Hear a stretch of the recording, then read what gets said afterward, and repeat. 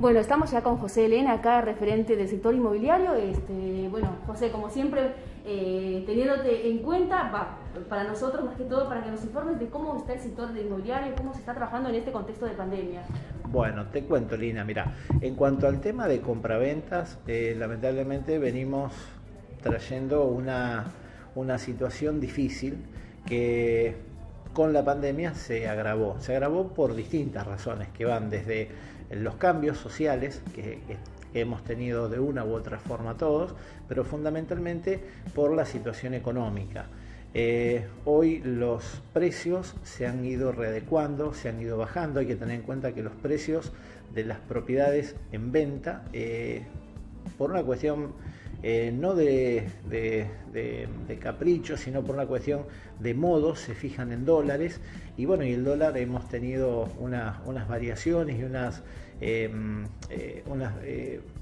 aumentos que no condicen con el mercado propiamente dicho del mercado interno de los valores. Entonces, los precios en dólares han bajado.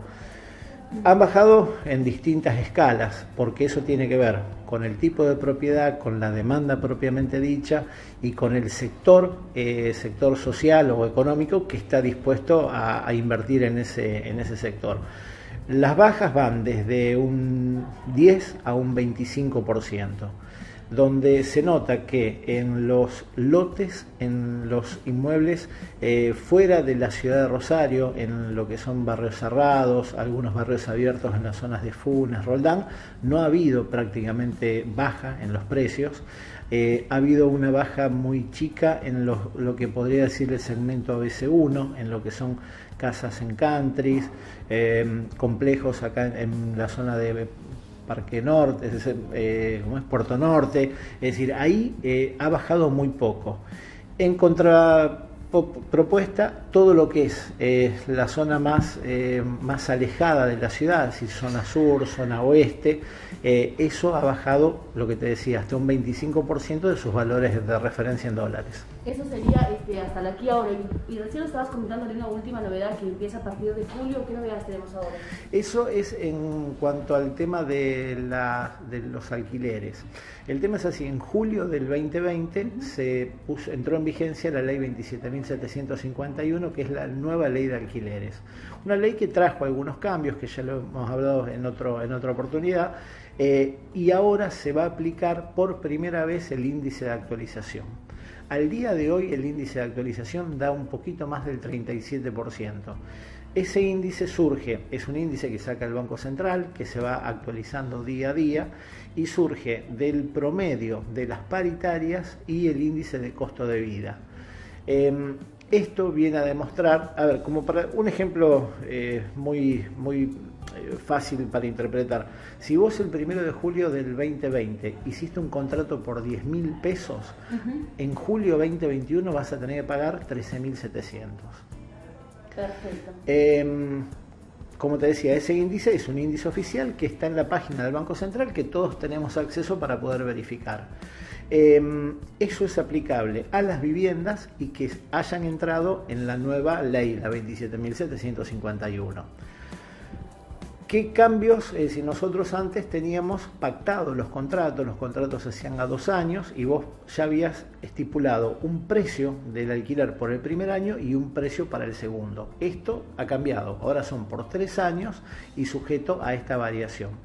Viene a demostrar, por un lado, que no estábamos tan lejos de lo que nosotros decíamos de las actualizaciones, porque nosotros proponíamos actualizaciones que fueran de un 30 a un 35%, de hecho, fíjate, acá fue el 37%, y por otro lado, entendemos que la forma que nosotros proponíamos daba cierta previsibilidad, es decir, el inquilino y el propietario sabían que durante el primer año el compromiso era determinado, el segundo y el tercero. Ahora es abierto, pero bueno, esperemos que refleje la variación efectiva de los precios. En cierta parte, con esta medida, bueno, justamente recién lo estabas comentando de los contratos por 3 años, ¿ustedes cómo lo han tomado? O sea, ¿está bien? ¿Estaban de acuerdo? ¿O creen que en cierta parte les ha perjudicado en el sector? Mira, creo que tiene pro y contras. Como pro te diría que para quien alquila, para el inquilino, es beneficioso porque da mayor seguridad y previsibilidad que por 3 años mínimos tiene un contrato. Esté tranquilo, por lo menos. Exactamente. Pero a él también eso le genera más gastos, porque tanto sea la parte del sellado de ley, el sellado provincial, que es un porcentaje del total del contrato, como nuestros honorarios se calculan sobre el total del contrato. Entonces, eso le genera una mayor erogación al momento del ingreso.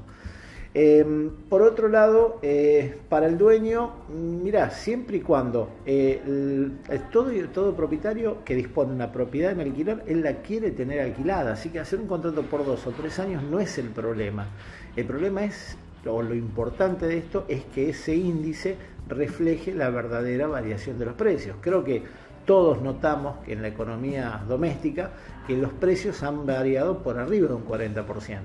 Entonces, si el alquiler en un año se actualizó el 37%, ya está perdiendo poder adquisitivo respecto de otras cosas. Bien, Elena, y bueno, cambiando así un poco de tema, no sé si vos me podés contestar esta pregunta, pero nosotros estamos todos los días en la calle y más que todo en la parte céntrica, las galerías, hay muchos locales que directamente han bajado sus persianas. ¿Qué solución se le puede dar a esto? Ustedes que vienen trabajando desde la inmobiliaria, si hay algún reinvento por que se ocupen esos lugares vacíos. Mirá, es un análisis y un estudio profundo que hay que hacer de esto, y creo que tiene que tener muchos intérpretes de esto. Primeramente, la municipalidad del Estado tiene que de alguna forma intervenir en el centro en general o en la zona céntrica para cambiar la fisonomía del centro.